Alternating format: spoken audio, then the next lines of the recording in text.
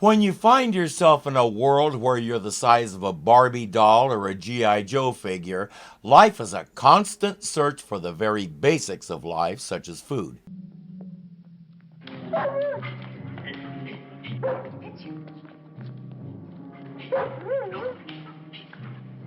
out of here. Over through the pipe. There's also the matter of not becoming food. Our giant friend there isn't thinking about such things. He's just playing with his puppy. Go.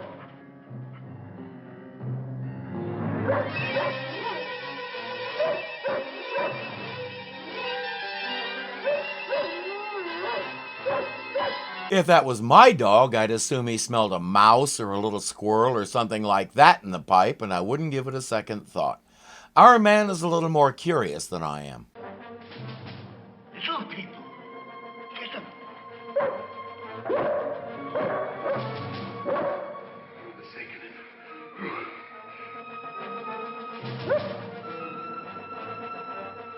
Come out. Nothing will happen to you. He just sent his dog growling, barking, and snapping at them, and he says, "Come on out, you're perfectly safe." Uh-huh. In a rare show of selfishness, Fitzhugh allows himself to be caught so Valerie can escape. That's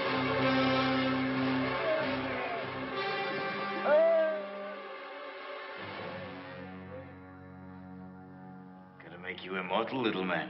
Usually when someone says that, they mean they're going to kill you and preserve you in wax or something equally stupid and horrible.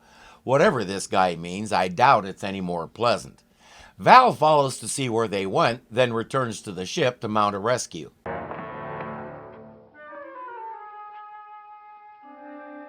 It looks like the place. That's what you said about the ones we searched yesterday. And the day before. Hey, look, I'm sorry, but Fitzhugh and I were lost. It was dark. This giant came up. I just ran. I didn't even see him catch Fitzhugh.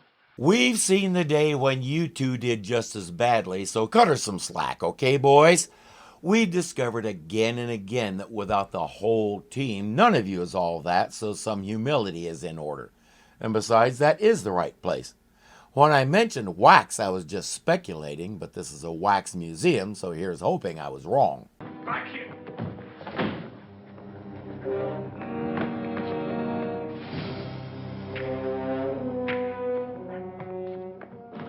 Oh, no. I'm not done teaching you your lesson yet. The big guy is Jolo, the little guy is Denar. They're equal partners in a scheme, or at least that was supposed to be how it is. Jolo seems to have other ideas. Cliff Osmond was another of those character actors that made shows like this happen. He actually started out earning 2 business degrees, but got discovered and went into film. We've seen him a few times before. Last season on this show, he was Grotius the zoo custodian in the episode 7 Little Indians. He played Marco in the Hogan's Heroes episode called The Crittenden Plan, and he was on Dante, one of Joan Collins's henchmen in the Batman episode Wail of the Siren, and we'll see him later in The Flying Nun. He used his imposing size to fullest effect, especially when he was playing a bad guy type like he's doing here. And given that size, his general appearance and expression, we have no reason not to believe he's exactly what we're looking at. He retired from acting later on and started the school in Southern California where he trained over 20,000 aspiring actors. Cancer got him at the age of 75 in 2012. There are many reasons why I have difficulty saying that disease's name any other way. Denar, we've done very well using this studio as a front. Why must you spoil it all now? We are equal partners. Oh, come, let's not be technical. A diamond like the Fabulo isn't stolen every day. They're disagreeing over how to cut it. Jolo says the best way is to cut it into 10 pieces. That minimizes their chances of it being recognized and them being caught. Denar says the grain is perfect for cutting it into 3 pieces, which means they can get 10 times more money for it, and he seems to be more of an expert on the subject than Jolo is. Yes, and have 3 stones 10 times more recognizable. I won't do it your way.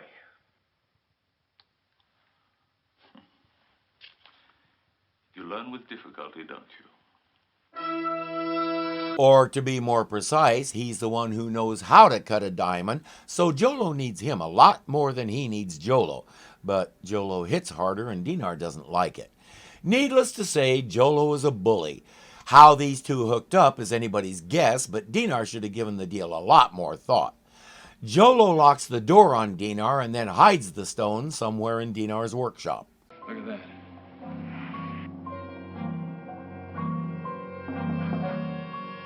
Denar built all those. He's the artist of the team, and he's a very good one.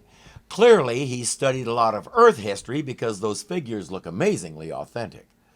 From here, I have to warn everyone that it's going to get more than a little frustrating. Not because of the story. The story is actually pretty compelling and has some nice twists in it. Not because of the acting or directing. That's all fine.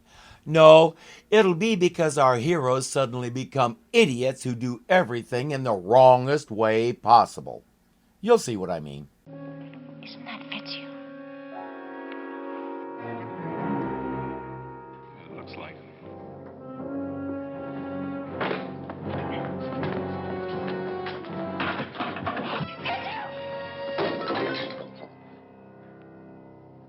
At least it was only a statue, but where's the original? You can return when you come back to your senses.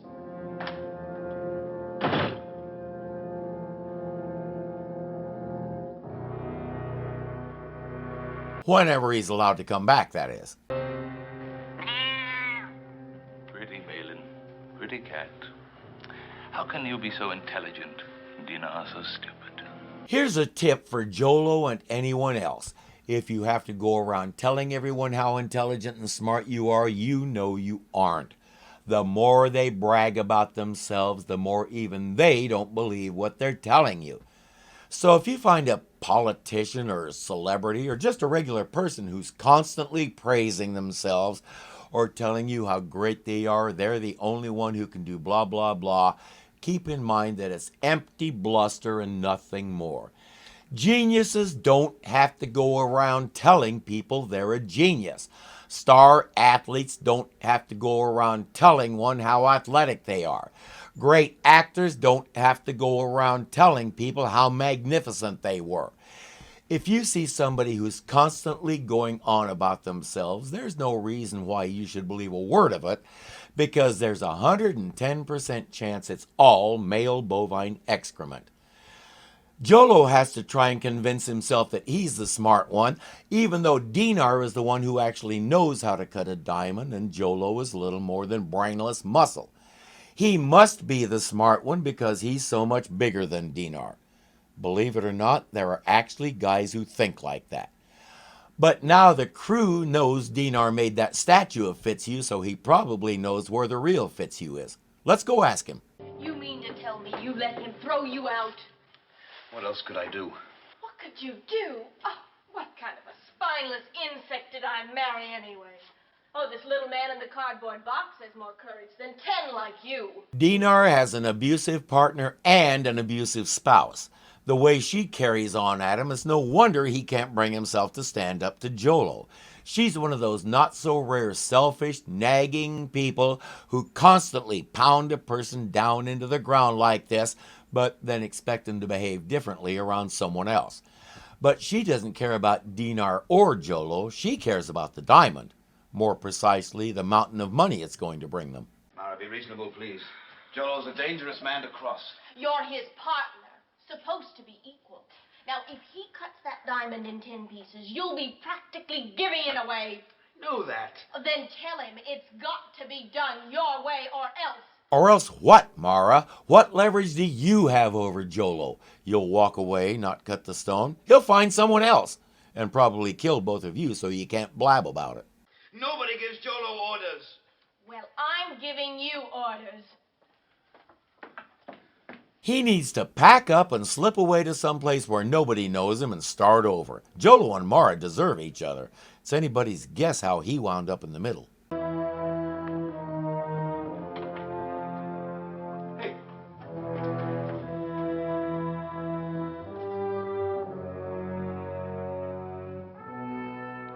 Come out of there. night, I tried to escape. I posed for you for your statue of me. Why won't you let me go? Because I want to make a few more casts of you. He didn't make a master cast that he can create more figures from? He's a good artist, but not very good at stuff like planning. You're very saleable. You're very locked up if the police catches you holding me. Fitzhugh. Shut up. You sound like my wife. And she's right about you. She's as nasty as a Wolverine with a sore foot, but she's right. If you had a spine, you'd have kicked her to the curb ages ago. I'll hand you over to the police. I know how to protect myself. You know something? Apart from being a crook, he even looks like one. Denar! Over here in the vent. More little people. Remember how I said our heroes will do just about everything wrong? So does our antagonist there. He keeps putting Fitzhugh in that box to make sure he doesn't escape. He's on a huge table. How does Denar figure he'd get down even if he does get out of the box? I do believe everybody in this episode is either a jerk or an idiot. It makes it difficult to know whom to root for. They offer Denar a deal. Let Fitzhugh go and they'll find the diamond for him while he keeps Jolo busy. Denar agrees, but to make sure they don't pull something and try to spring Fitzhugh prematurely, he drops him into the cotton ball container. There's a bit of a problem with that. Help! I'm choking! I can't breathe! Just lie still. You'll be all right. Let's put you in something like that and see how easy it is for you to hold still. He's going to kill his prize before he has a chance to do anything with him. Yeah, that ought to hold you. I said before that everybody in this episode is either an idiot or a jerk. If your friends try to get you out, they'll just be wasting their time. Here. Watch it. Here. Yes, I said that, and I was mistaken. Denar is both. Mark and Valerie will go to the studio to look for the diamond while Steve and Dan rescue Fitzhugh. We'll see Mark and Valerie doing more and more things together because the plan was to cultivate a romance between them in the third season. The third season didn't happen, so neither did the romance, but we started laying the groundwork for it and brought it on gradually like this, which is some pretty good writing. Personally, I wanted to see something blossom between Steve and Betty because we've all seen the way she looks at Steve. Okay, I say we all, but it's pretty clear that Steve is the only one who's oblivious to everything. None of it happened, as we know, but at the very least it might have given Betty a little more to do. He's chained up. He can't reach you. If he could, he would have by now. Duh. So just keep moving and stay beyond the reach of that leash. There's an electrical cord going up the wall next to the table Fitzhugh is on, so Steve will hug the wall and make his way around to it and climb up while Dan distracts the dog.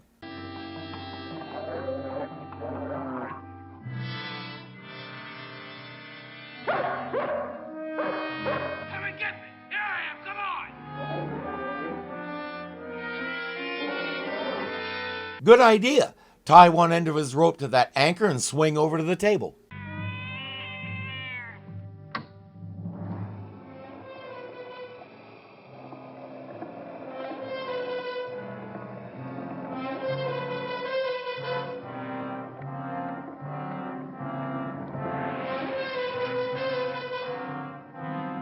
It's obviously some kind of animatronic figure, so it doesn't even know they're there. The cat triggered something that made it walk.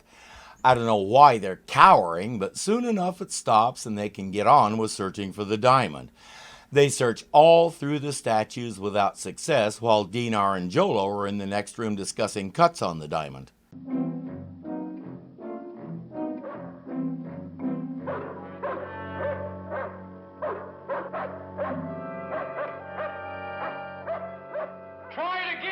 What's he doing? Just hold on and swing over to the table. Fitzhugh kind of needs you right now.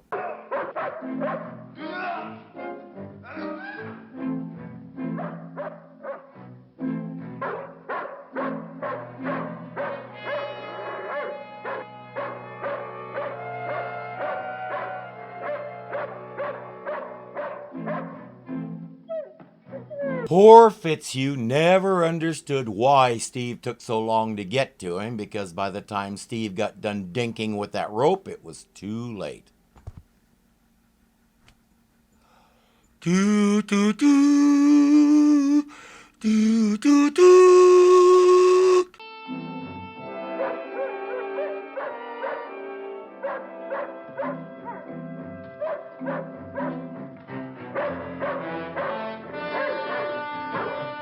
He could have been there 10 minutes ago if he'd done it my way. He'll need Dan to come up and help him, because the best way to get Fitzhugh out of this thing is going to be to tip it over. Throw your grappling hook up there and snag the edge of it, then pull it down.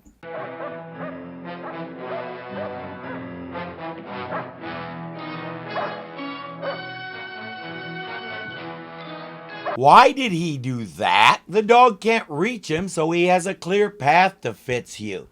But he'll stop and go back multiple times until Dan comes up and they rig up a way to shorten the dog's reach even further with that rope and clip that Steve is standing next to.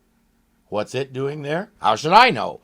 But they'll take as much time as possible doing all that stuff while Fitzhugh sinks deeper and deeper into the cotton. Get over there, stack a couple of those books for a ladder, and tip that thing onto its side so you can get him out of there. Back at the studio, Jolo's cat is harassing Valerie and making a lot of noise. Jolo wants to be sure it's just the cat. Nothing seems to be broken. Let's get back to the diagram. Well, let's make sure. Sneak under that thing and hide, Valerie. She has an interesting relationship with that sword. When the cat jumped on the Viking statue, the sword came crashing down and missed her by inches. She seems to be in love with it now. Amen. Maybe the cat went out. She's standing next to the pedestal that statue is on, and there's plenty of room to hide under it. In fact, she just came out from under there.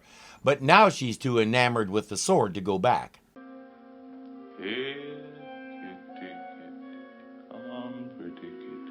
Okay, maybe it's not the sword she's in love with. Maybe it's her reflection in the sword. Whatever her reason for being such a ditz, Denar will finally notice that the monk moved, so the cat must have hit the switch. He'll put it back and they'll resume their discussion of the diamond. Mark and Valerie have searched the entire studio, including almost all the statues. The only one they haven't checked is the walking monk. And if you think our heroes have been dimwits up to this point, just wait.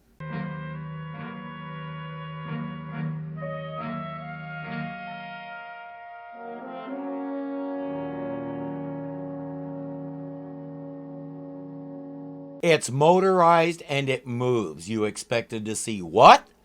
Back at the house, Steve and Dan are finally trying to tip that can over.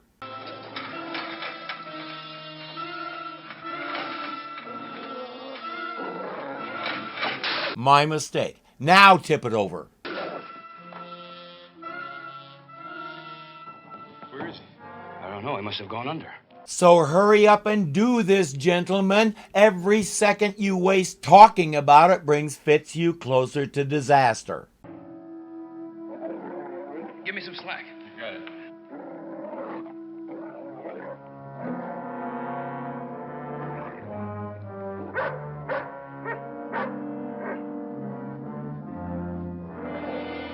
Oh my word, could they find a less efficient way to do this? I shouldn't ask. Somebody'll say, challenge accepted. They'll get him out and he'll be alive, but no thanks to their brilliant rescue plan. I know we have runtime to fill, but is it really necessary to turn our characters into sub-epsilons to do it?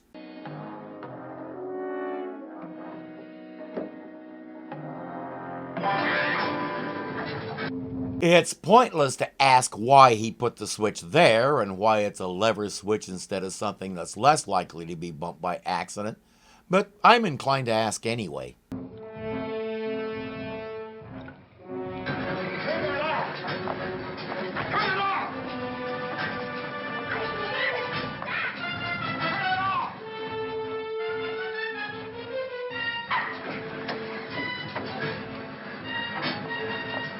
Mark is unconscious on top of that rotating gear. Get him off there.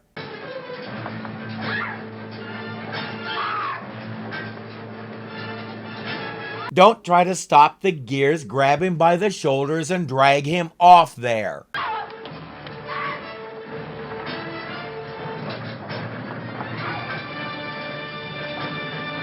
Stop being stupid, Valerie. Get him off there.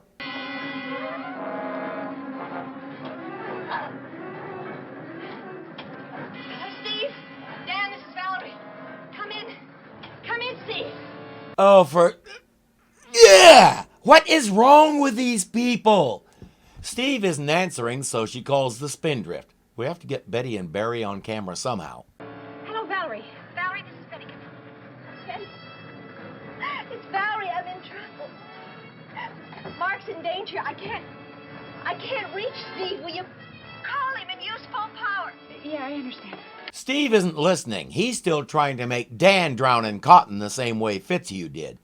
Valerie mentions a certain house that was just vacated. She tells Betty to get there and call the police and send them to the wax museum. Too bad the police don't believe her when she tells them little people are in trouble. Good thing Steve and the others just arrived at the studio. Valerie screams that they're inside the monk.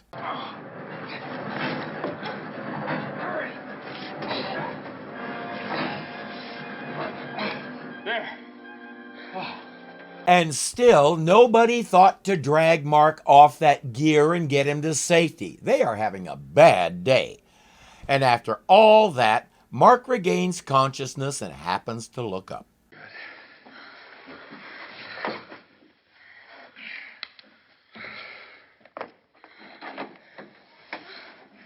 I'm glad you found Fitzhugh.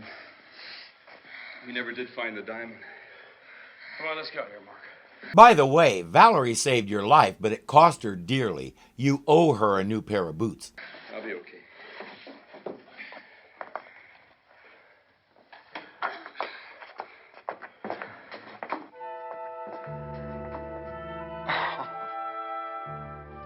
Come on, Mark, let's go. There it is. I can't blame Mark for laughing. Let's leave it there and go. Maybe we can get a chance to tell Denar where it is. That'll be good enough. Where's Fitzhugh? I think he went after the diamond.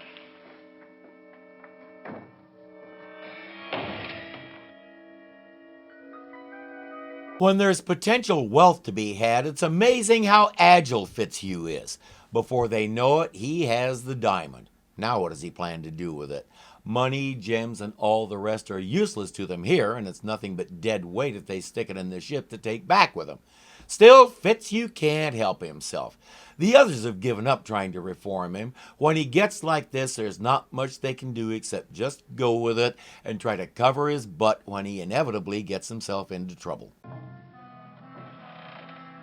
What are you doing here? Well, aren't you going to ask me in? I suppose I must. It's nice to see such good friends meet. She's there to make sure her husband demands his rights.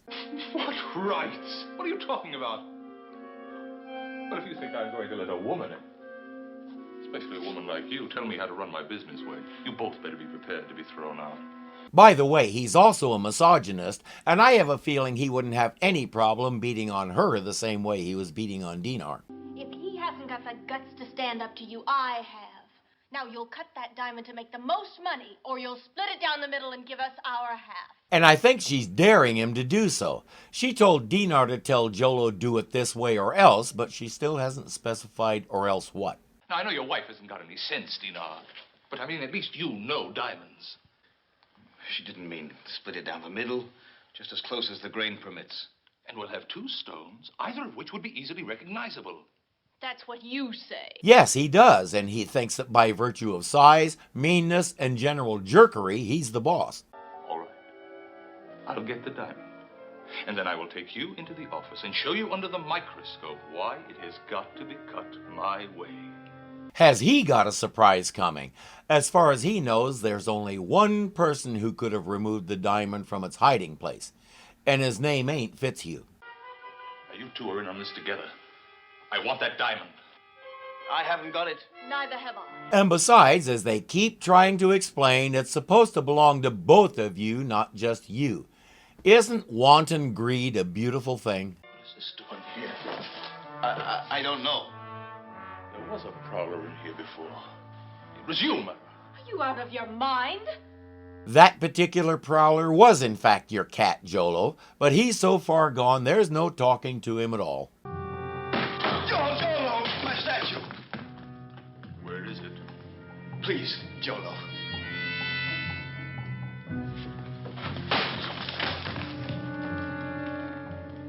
Denar has been with him the whole time, so how could he have taken it? But as I said, Jolo isn't in there anymore. Please leave a message after the chop. Jolo may be mad, but he's not a fool. Now, what do you know about the diamond? Where is it? I don't know. I haven't touched it. Denar, look at me. Now, where is it?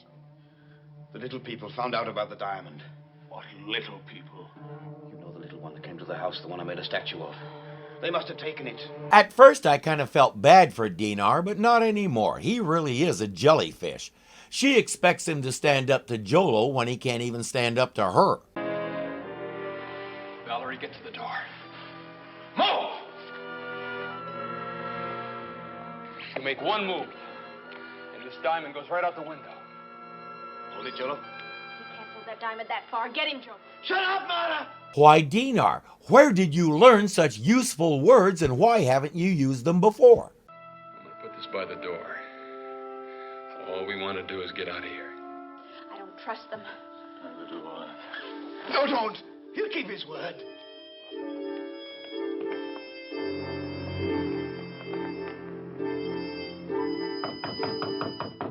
That kind of fouls up everybody's plans. Who is it? We just got a call from some woman with a wild story about somebody in trouble. It's nice to know that on this planet the police can just walk in the door without being invited. They're the ones. They're in trouble. This diamond here. They stole it.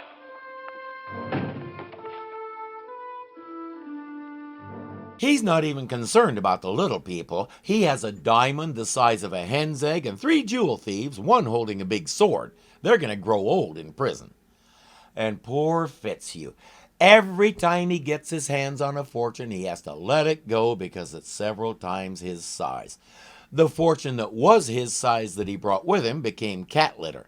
And even Fitzhugh doesn't want to be rich that bad. Hey, thanks for watching. If you like what you see, please click the thumbs up. It really does help the channel. If you're not subscribed yet, the button looks something like this. So click it and join our little family.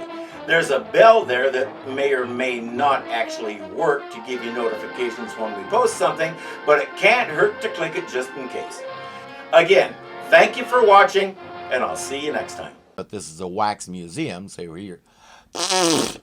Last season on this show, Last season on this show, he was Grotius the zoo custodian.